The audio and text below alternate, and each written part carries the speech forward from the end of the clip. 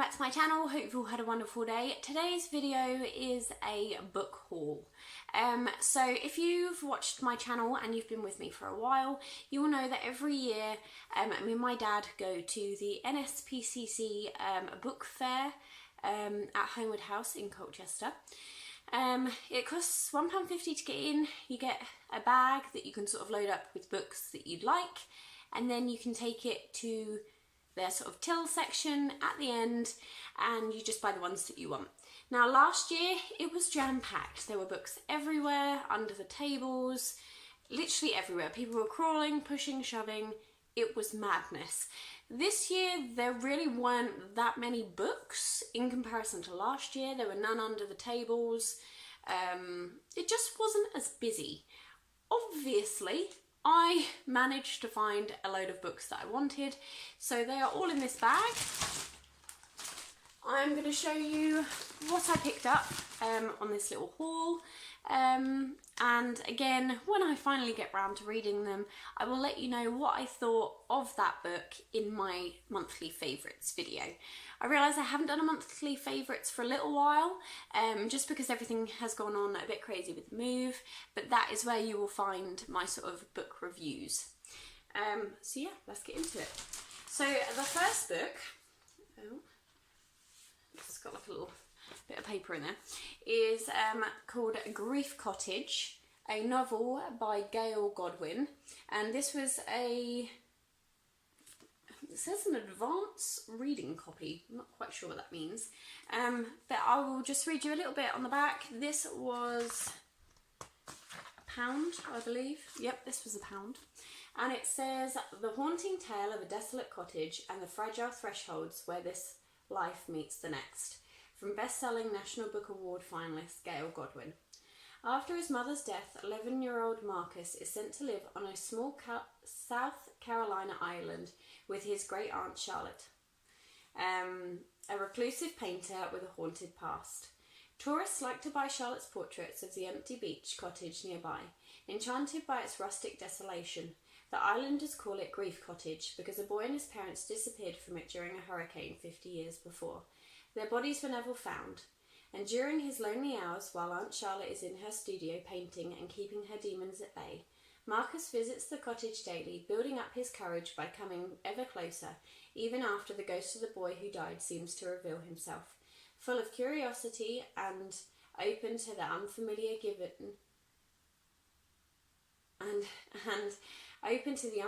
given the recent upending of his life, he courts the ghost boy, unsure whether he is friendly or follows some sinister agenda. So, yeah. I mean, if that doesn't grab you, what does? Because I thought this sounded incredible. So that was £1. Next up, I have two by Lindsay Sands. They are both sort of vampire-y ones. They don't run as a series. I believe they are sort of separate ones in a vampire series, so they follow different storylines. But what I like about it is it has like a little key on the back. So it's got gothic, romantic, action-packed, funny, sexy, and it sort of puts a tick next to the ones that sort of it applies to. So this one is called About a Vampire, and it says, with immortal good looks and scorching charisma, Justin Brooker has yet to meet a woman he can't win over. His potential life mate should be no different, but instead of falling into his bed, Holly Bosley runs away and ends up mortally wounded. To save her, he has to turn her. Holly wakes up with a bump on her head, a craving for blood, and a sexy stranger who insists they belong together. Choosing between the world she knows and the eternity he offers is impossible, but Justin is fighting for his life mate and he'll break every rule to do it. So I thought that sounded quite good. I like my Twilight books and a little bit of vampires, so why not? Next up is Runaway Vampire by Lindsay Sands again, and it says, Dante Knott has heard it said that love hurts. He just wasn't expecting it to run him over in an RV. Still, a punctured lung and broken ribs are nothing compared to the full body shock he feels whenever he is near the vehicle's driver, Mary Winslow. He needs to keep her safe from their pursuers while he rescues his brother. Most challenging of all, he needs to claim this smart, stubborn woman as his life mate. The naked, injured, insanely gorgeous younger man who clambered into her RV insists they belong together. If Mary wasn't feeling their incredible connection in every inch of her being, she wouldn't believe it. but trusting her gut means risking her life for an immortal who is the very definition of a perfect stranger. Again, I thought it sounded quite gripping. I mean, if I read them and they're not any good, then, you know, I haven't wasted very much. Pretty much all of these were £1. Next up is a book by Alex Grecian. It's called A Black Country. And this one just tickled me for some reason. So, Blackhampton, the Midlands, 1890. 3 people are missing. London's murder squad sends 2 detectives. They find a town of superstition, secrets and conspiracy. The icy and crumbling coal mining village, to which Inspector Walter Day and Sergeant Hammersmith have been dispatched, does not welcome outsiders. Tread carefully and they may catch a killer, but a wrong step will mean them never seeing home again. Dun, dun, dun.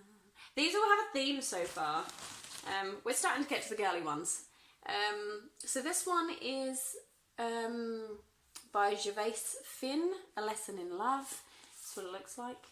And it says, I think this is one of a series.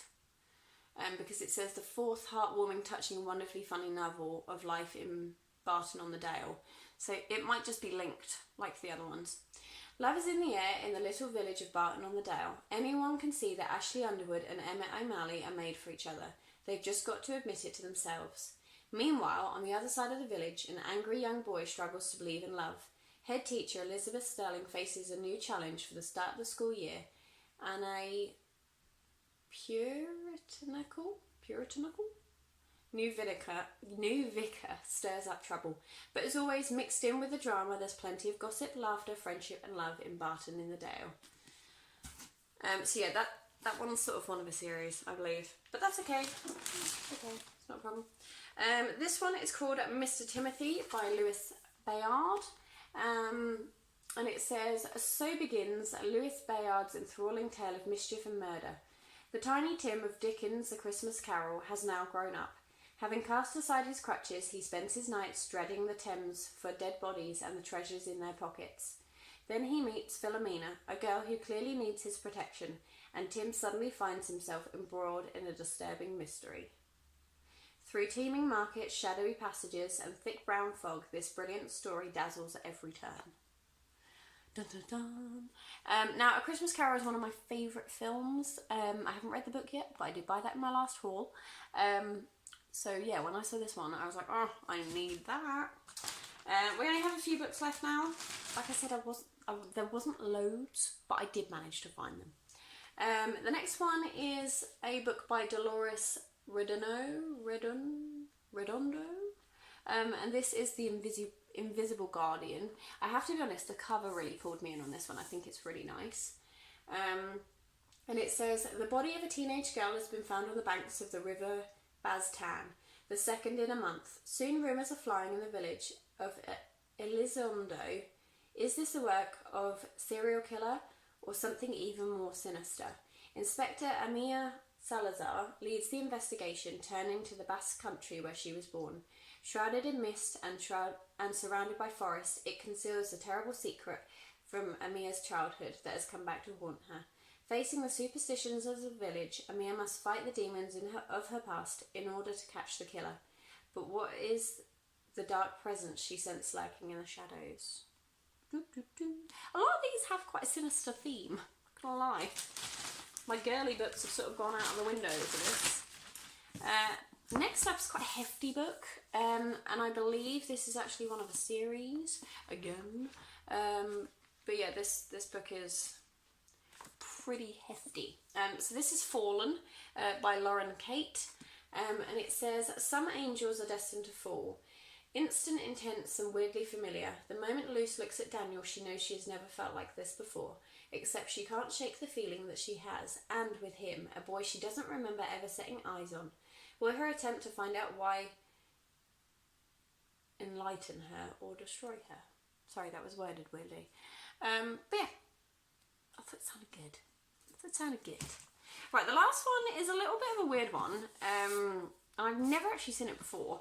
But this is a book by J.K. Rowling, who obviously wrote Harry Potter. So for me, I was like, oh, need to have a look at this book. Love a bit of Harry Potter. No, it's nothing to do with it. But this is called The Casual Vacancy, and it says it was a major BBC TV drama.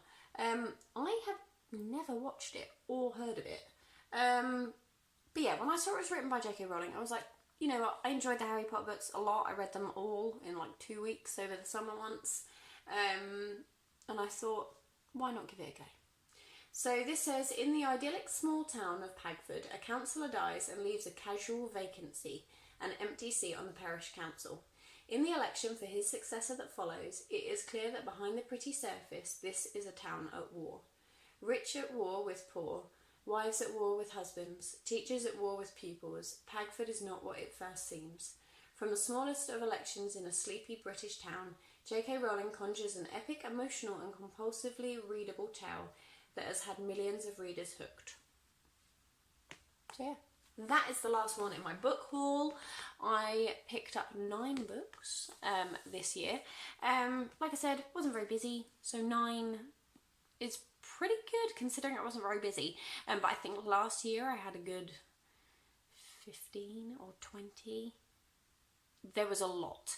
But yeah, that is the end of my book haul. Again, like I said at the beginning, I will let you know at the beginning of, well, I will let you know throughout my favourites videos each month if I finished a book, what I thought of it, etc. If you've read any of those books, then let me know in the comment section down below, because I would love to hear what you thought of them. No spoilers. But yeah, I'm so glad you guys joined me again for another book haul. If you haven't already, then you should definitely give this video a thumbs up and subscribe to my channel. And if you want to, click that little bell as well, and that means that you'll get notified every time I upload a video. That is everything from me today. Take care. I will see you guys very, very soon. Bye.